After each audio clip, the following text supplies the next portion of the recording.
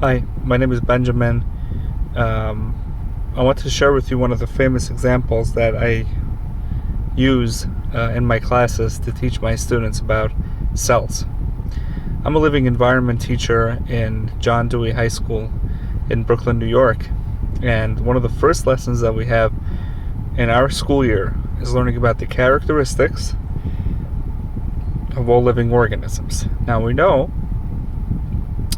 that living organisms have 8 different characteristics.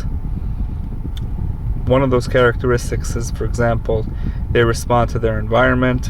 One of those characteristics is they metabolize, they have metabolism. But one of the most pertinent examples that we have is that they are made up of cells. Now, it could be a little difficult to know what each part of a cell does. We know that a cell has different parts. It has a cell membrane, it has a nucleus, it has a mitochondria. Plant cells actually have something called a cell wall. So the cell is a meticulous part of a organism.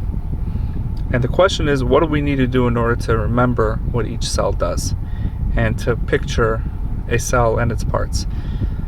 One of the most famous examples of this, of how to do it, is to ask my students to make a model of the cell. And what I do is I have my students, I give them a rubric into what I'm looking for. For example, I want it to be aesthetic. I want the model of the cell to look nice, to look pretty, to have all the parts, to have all, and also labeled with what each part of the cell does.